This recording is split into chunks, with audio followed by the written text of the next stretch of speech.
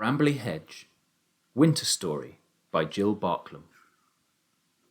It was the middle of winter. The sun had just set and it was very, very cold. An icy wind was blowing from the east and the wind promised snow.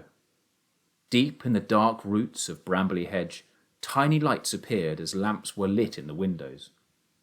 More little lights could be seen leaving the store stump, moving hastily along the hedgerow, and disappearing into holes hidden in the twisty roots. The mice had smelled snow in the air, and were all hurrying home to a nice hot supper by the fire. Mr. Apple, warden of the store stump, was the last to leave for home. By the time he reached Crab-Apple Cottage, the first flakes were beginning to fall. "Is that you, dear?" called Mrs. Apple as he let himself in through the front door. Delicious smells wafted down from the kitchen. Mrs. Apple had spent the afternoon baking pies, cakes and puddings for the cold days to come. She drew 2 armchairs up to the fire and brought in their supper on a tray. There was a lot of noise coming from the hornbeam tree next door. The Toadflax children had never seen snow before. "It's snowing! It really is snowing!" squeaked the 2 boys, Wilfred and Teasel. They chased their sisters, Clover and Catkin, round the kitchen with pawfuls of snow scooped from the windowsill. "Supper time!"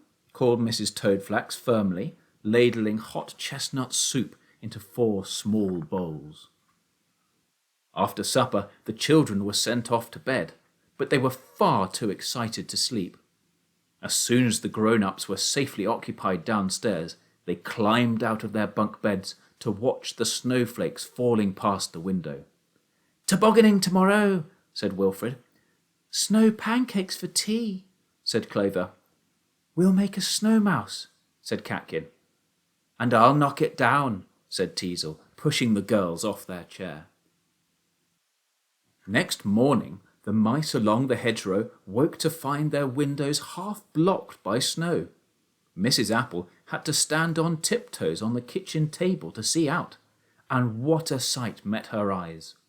The fields were covered with a thick white blanket of snow, and all the paths and plants had disappeared beneath it.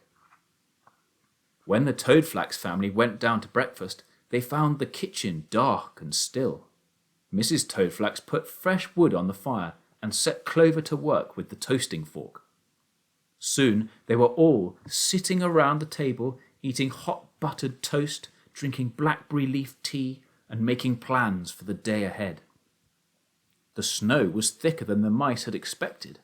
All the downstairs windows along the hedgerow were covered with snow, and many of the upper ones too were hidden in deep drifts.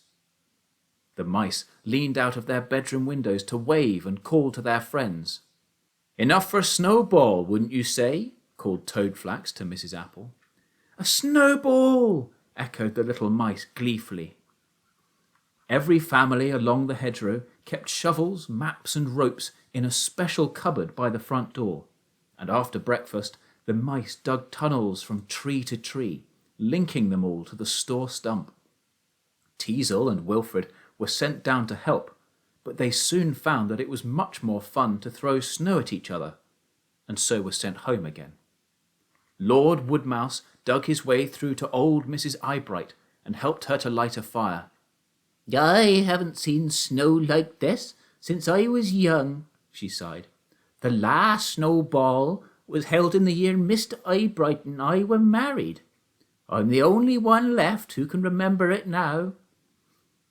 When the tunnels were finished, all the mice gathered noisily in the store stump hall. Mrs. Apple took some seed cake from the cupboard and prepared a jug of acorn coffee. The mice helped themselves and gathered round Mr. Apple, who held up a paw for silence. "Lord Woodmouse and I have agreed," he said when they were quiet, "that we should follow in the tradition of our forefathers." He cleared his throat nervously, straightened his whiskers and recited, "When the snows are lying deep, when the field has gone to sleep, when the blackthorn turns to white and the frosty stars bejewel the night, when summer streams are turned to ice, a snowball warms the hearts of mice. Friends, I declare that a snowball will take place at dusk tonight in the ice hall.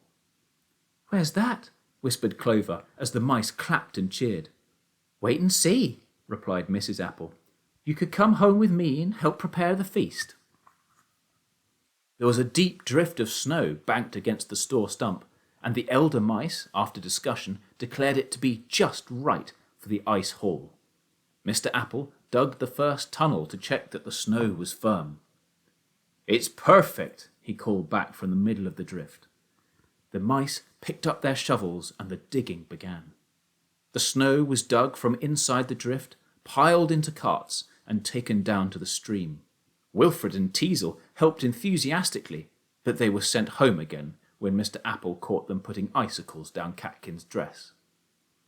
The middle of the drift was carefully hollowed out. Mr. Apple inspected the roof very thoroughly to make sure that it was safe. Safe as the store stump, he declared. All the kitchens along Brambly Hedge were warm and busy. Hot soups, punches and puddings bubbled, and in the ovens pies browned and sizzled. Clover and Catkin helped Mrs. Apple string crab apples to roast over the fire. The boys had to sit and watch because they ate too many. It's not that I mind, dears, but we must have some left for the punch. The glowworms were put in charge of the lighting.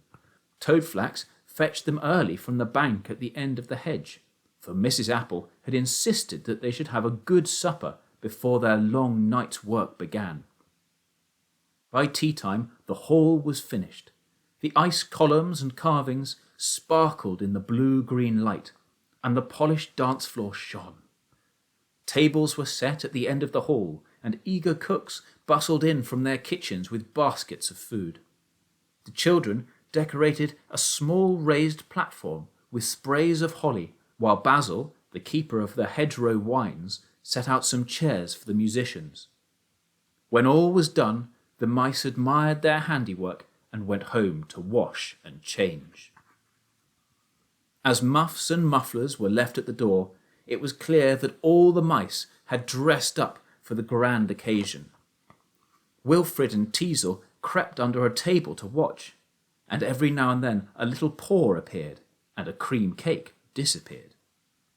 Basil struck up a jolly tune on his violin, and the dancing began.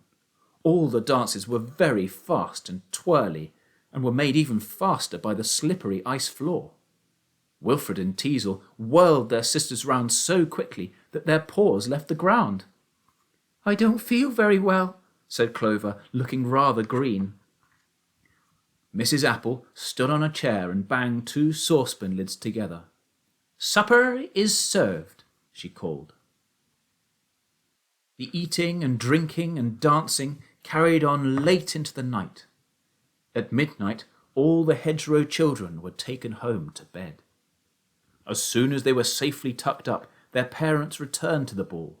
Basil made some hot blackberry punch, and the dancing got faster and faster. The snowball went on until dawn.